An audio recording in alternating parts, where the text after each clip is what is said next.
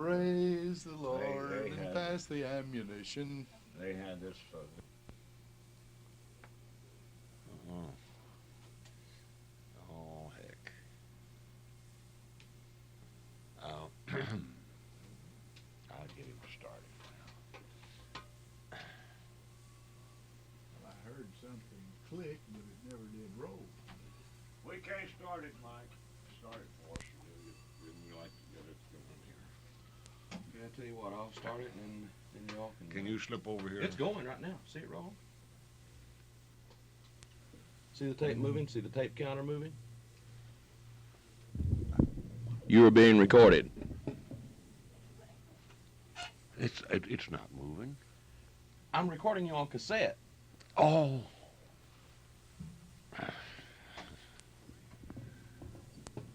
Greetings, I'm Ray Mofield, and today we have a program which will quickly review the history of broadcasting and then present Shelby McCallum, who brought us broadcasting in Marshall County over WCBL and back in 1954. And we now have one of the great stations in the country, and I really mean that. I think we might very briefly look back at the history of broadcasting and note that Stubblefield at Murray and Marconi in Italy and many others, Lee D. Forrest in Massachusetts, worked in broadcasting after they had read that Heinrich Hertz over in Germany had proved that you could actually broadcast and had done it on what we might call a signal generator. This was in the latter part of the 19th century, and then, of course, we came over into the 20th century. Soon there were a good many ham operators around the country, but it remained for the first commercial license to begin on November 2nd, 1920 at KDKA in Pittsburgh with Westinghouse Corporation. Now, a great number of stations were built at that time. The government really doesn't know how many. The estimates run from those that were on the list of about 500 to others who say, well, there must have been 2,000. All of these operated at the same time, causing great interference, and eventually the broadcasters went to Washington, asked for a law which would regulate them, and the result was the Federal Radio Act of 1927.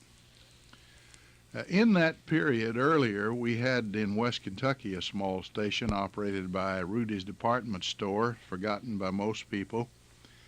The first truly licensed broadcast operation in Kentucky was July 18, 1922 at WHAS in Louisville, the Courier Journal and Times.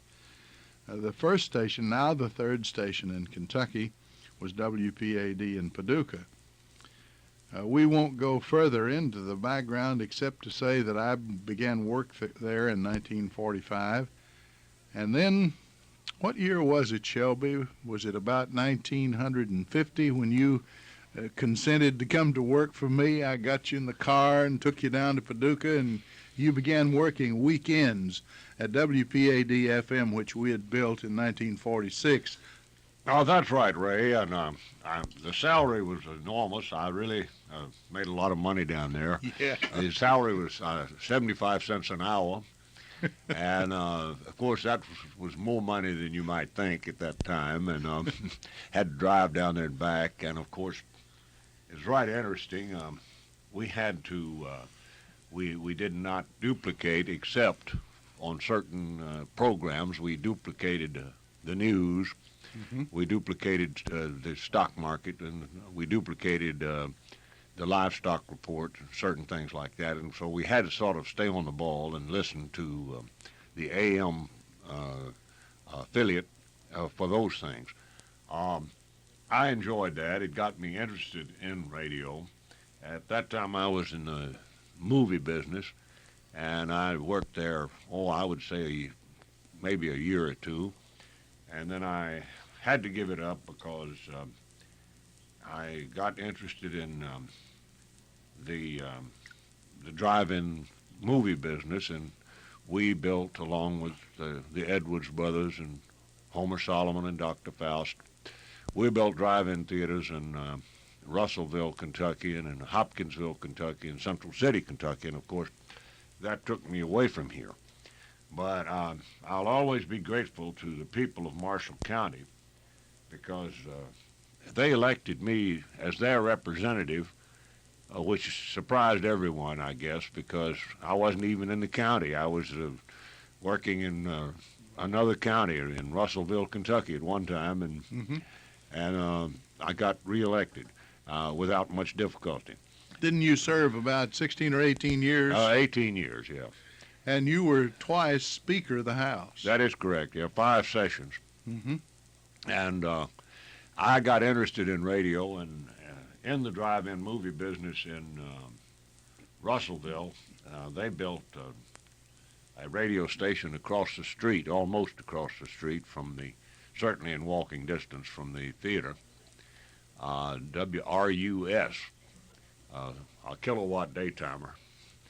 And I had the bug, of course, and so I hung around over there. Charlie Stratton was the manager and the partner. Now at Mayfield. He's now at Mayfield, that's correct. And so I volunteered my services. I didn't make as much money there as I made with you. But I learned the power of radio. I found that I didn't know too many people in Logan County. Logan County, I love the county, but it's a very friendly county.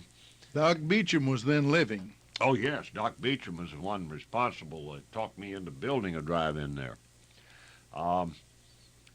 They couldn't find anyone who wanted to work Sunday afternoon.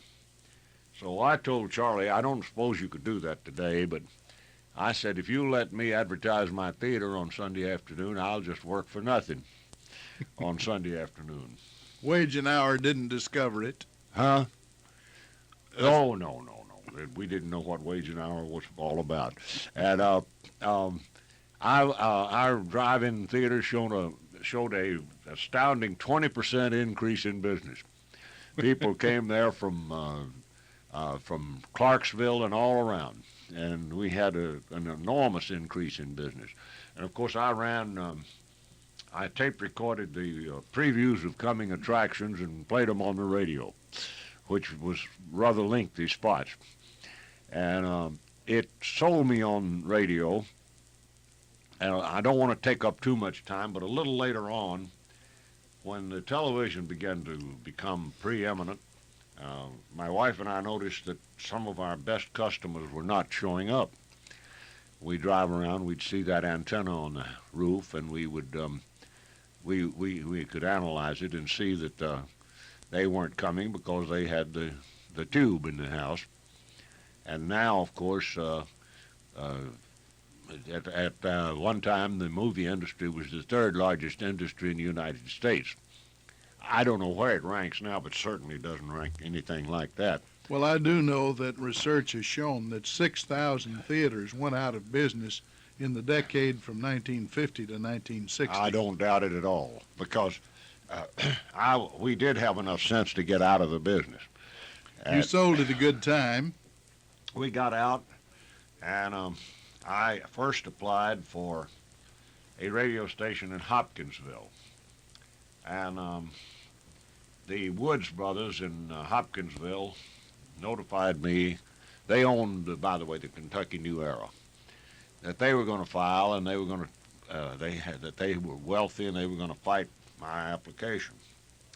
I did not realize that the FCC looked with some disfavor or antipathy or whatever on dual ownership of newspaper and radio. And they did even back then. So I immediately got off that horse, and I called our good friend, who just recently died a couple of years ago. Ralph Bitzer? Ralph Bitzer. He says, tell him you'll pull out if you're going to pull out, and tell him you want to keep 1290. And let them find another frequency. So I made that proposition. They said, okay. And they didn't know one frequency from another. No. And so then I found a tentative location in Reedland, and then it occurred, it developed that my present wife, my first wife, died of a heart attack, as you know, in 1966. Week Smith was filing for a station in Paducah. That would have given Paducah, what, 3 stations? 4. 4. Well, that sounded like too many for me.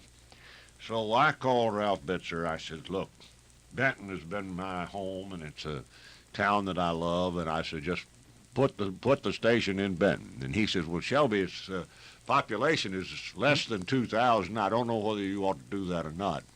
I said, put it there anyway. And so that's the story of that, and so we did. And I've never had any regrets about it. You have given the county a marvelous service, I think, Shelby. However, as you said a moment ago, the county has also been good to you. I prefer to put it that way. I think the county has been overly good to me, overly generous with me. Well, I could, having taught broadcast history, look at many cities larger than Benton who had radio stations and were operated there, and they went bankrupt, didn't do any good at all. But yours has always prospered, and of course, that says something about Marshall County. But despite your modesty, it also says a little bit about you as well. Well, I think the people here have been very supportive of this station. Ray, we've got, I don't know how many we got, but the last count I heard, it was considerably over 2,000 Christmas cards this Christmas. Yeah, I noticed. And of course, I can't answer them all, but that is something to be said. It certainly is. Well, now let's go back to the year, and we'll look again. The 1950 census had just been made. Benton had grown somewhat from 1,300 up to 1,900 persons that year. And then just a few years later, 1954, was that the year you decided to open WCBL? That is the year, December the 13th, we went on the air. Mm-hmm. I might tell you about that, too. That wouldn't happen today, but at that time, Senator Earl Clements was a good friend of mine. He's one of the people who encouraged me to run for the state legislature. And he happened to be acting majority leader of the United States Senate. Well, I had an apartment in the home of Mrs. Linton. She was the widow of Judge Linton, and she was the sister of Emerson Doc Beecham in Russellville. And she insisted. She says, "Why don't you call Senator Clements and tell him you filed for that station?" Oh, I said, I don't think that's necessary. I got a card from the FCC, and it told me not to contact them for 6 months. Well, I said, I'll put in a call for him. So I called Senator Clements, and Ray, in 7 or 8 days, I had a license. And I didn't know what to think. It sort of pulled the carpet out from under my feet.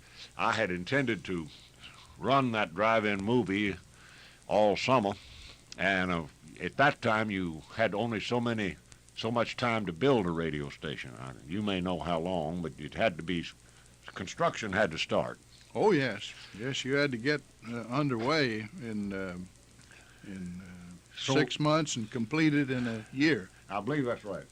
Well, later on, I asked Senator Clements what in the world happened, and he said, well, not much. He said, I just popped in at the FCC and told them, as a former governor of Kentucky and all, that I was familiar with the lake area and that I thought they might like the benefit of my knowledge. Yeah. And that I thought that that area was deserving of a station and needed one. Yeah. And, of course, being majority leader didn't hurt anything, I don't suppose. I'd like to also say this, that I'm rather proud of. We're in the process of selling it now because I'll soon be 70 years old. And I'll have to give my good friend Ned Breathitt credit for that. He absolutely forced me into that. But we built a station. It's one of the only 2 I know of that has been licensed to serve a military base. And we met with the commanding general at Fort Campbell, and we built a station. Later, it became AM and FM, and we had a a challenge from the station in Clarksville on the FM.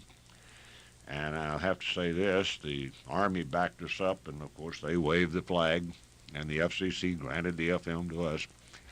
And we took pride in carrying on serving our military forces, and it was with great regret that we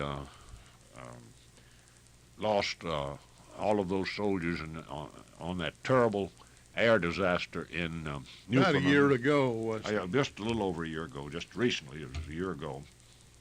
And I think it was a shame, and I want to congratulate our Senator Wendell Ford. He put that company out of business, practically, because the Pentagon was going to give them a new contract. They did not even have a repair shed where they could repair those planes out of the weather. Mm-hmm. And they put our boys on that old decrepit plane that had changed hands 4 times, and they had new planes sitting there on the runway at Fort Campbell, and I think, my personal opinion is it was inexcusable. And we did all we could to express our sympathy to the families of those people at Fort Campbell, and I just wanted to bring that in. Mm-hmm. Well, you've always, as I said, tried to serve the area, and that's one of the basic FCC rules, is that whatever area you are in. I think that's reflected, for example, in the call letters. You quickly put Calvert City, Benton, Lake Region, or WCBL. Of course, being east of the Mississippi River, you had to use W. That's been Right, true right. since There are a few that don't use W, but Well, they were on before 1927 when that rule started, and they've grandfathered that in. well, Dr. Ray, you talked about me a lot. I want to talk about you some. Now, you have you turned me down.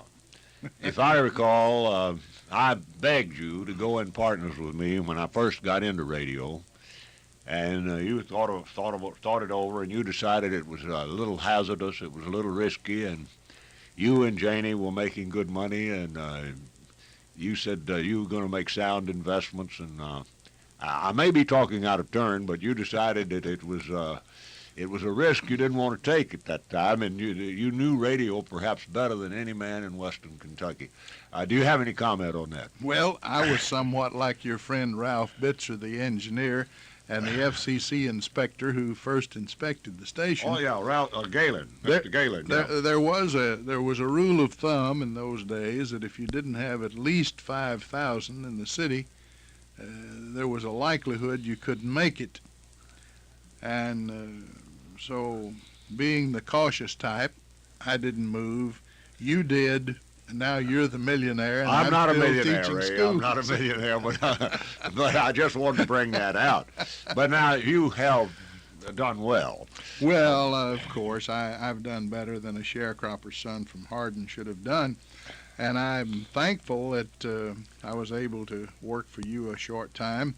And for many years, when the filing of an application, even for renewal, was very technical and detailed and with all sorts of minuscule regulations, I worked with you and helped you, and of course that was my business in college. I was teaching those courses, and I kept up with it, and frankly, even the most wide-awake owner, such as yourself, found it difficult to follow all the ins and outs. Oh, I think it is difficult. Now, we've had some deregulation recently, so we don't have to go into that. But I did have some good experience with, I'd built my first station at Mayfield, the old WKTM for Pierce Lackey. Doc Morris and I put that up in the summer of '46, and then I had assisted in the hearing which gave Murray the channel over Paris, Tennessee, 1340.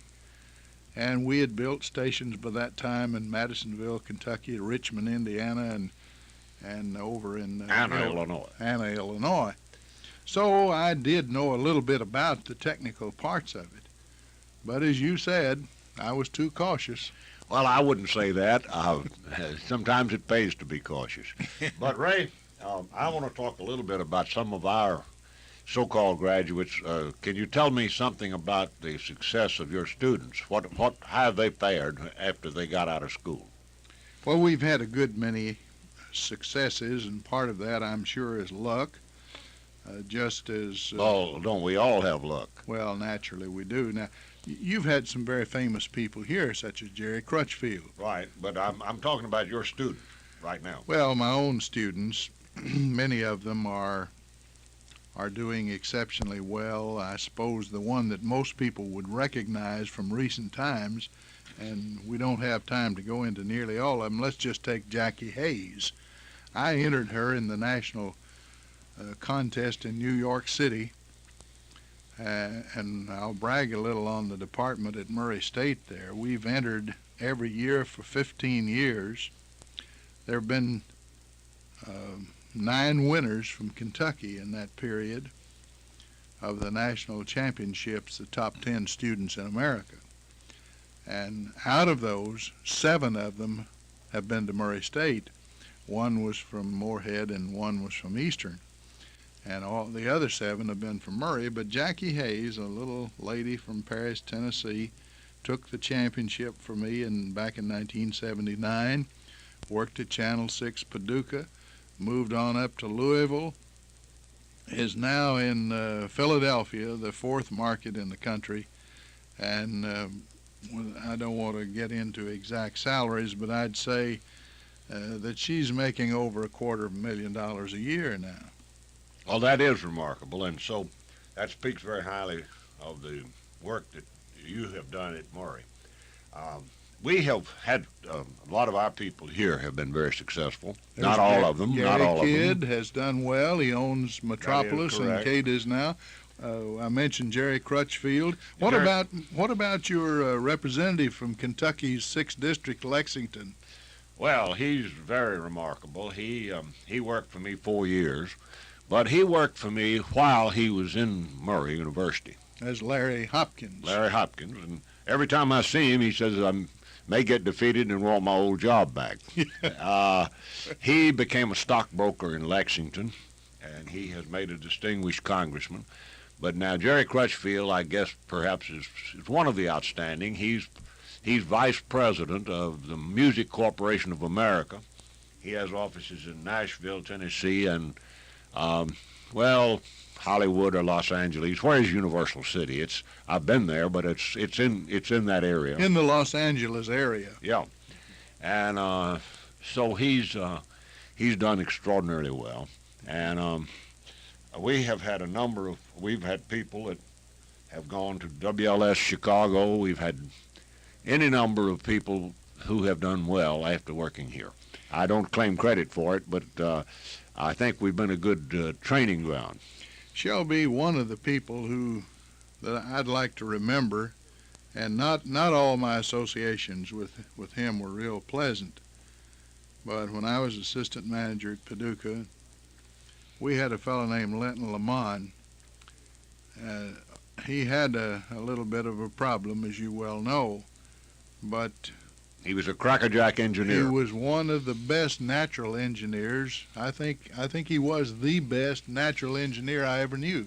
I think so. Yeah, he was. Now, Doc Morris was, of course, a university graduate with a degree from Evansville University. And Doc was More dependable, shall we say. more dependable, yes. Doc's son, by the way, I can't think of his name, but he has done some work here. His last name is Whitmer. I believe you're right. He works for WNBS and WAAW in Murray now, and he does some engineering on the side for various stations. So he was out here recently. Seems to be a real bright young man. Now, Shelby, after That's having... his grandson. Now, did I say son or grandson? It's his grandson. Grandson. All right. You have continued to improve WCBL over the years. After going on with the kilowatt daytime, you then moved to 5. That was a bold step. And later you added FM. So now the county has complete radio service, AM and FM. Now you've had to invest some money along the way. And again, you've always had the vision to do it, so I salute you on that. Well, I think in any business, I think we all have to. Our friend Bill Tanner, used to tell me, if you run a grocery store, if you run a butcher shop, or whatever you run, if you're not willing to do that, you'll get lost. Mm-hmm. You'll drop behind. You have to keep. We were talking about these tape recorders. We've got modern tape recording equipment and so on. I think if you don't keep up with the times, you'll drop behind. And I think in the future, we haven't got but a few minutes left, and maybe you want to talk a little about it. I think in the future we'll go digital. I don't mean tomorrow, but if we live long enough, not too distant future. I read the trade papers. Can you tell us, do you know anything about what digital's going to mean? It's possible now, but there are very few. I know broadcasting and other trade papers say there are fewer than 1% of the receivers that are capable of picking up digital. Well, that's very true. And of course, the first step that stations are making, and a few of them are taking it now, is to install the digital equipment for playing what are called CDs, or the compact disc. A few people already have them in their homes, and those who have a touch of engineering in their system will be aware that instead of playing a mechanical sound, which all of the, even LP, the highest, finest stereo, Even stereo. still has the old needle tracking in the groove, just the way Thomas Edison did it in 1879. So therefore there's always a little bit of noise, and there's always some record wear. Well, on this, it's picked up in a digital code and then reconverted back into sound. So that eliminates one source of noise, and the other is that the pickup is from a laser beam instead of a needle, and so there's really nothing that would ever wear. In other words, I think our time is almost up. You are saying that if we to stay tuned, because television, radio, and FM radio and AM radio have an exciting future. Would that be correct? I think that's true, Shelby, and you're talking about how television damaged movies. I think we have time enough to say that in that same period, it nearly killed FM. And there were 1,500 FM stations on the air, and that dropped to 500. But I kept urging you to build an FM that someday FM would be number one. And if you recently read the broadcast survey for the year, 1986 has been the year when 73% of all listening in America, of course that means the big cities mostly, is now to FM stations. So, but we have both, and we don't care which one you listen to, just so you listen to WCBL, right? Oh, that's right. I do know this, though. If you watch the top 100 markets, a number of AMs are still on top. Oh, yeah, that's true. In individual cases, that's true because they do a better job of serving. Thank you, Shelby McCallum. This is Ray Mofield now signing off. Well, I think that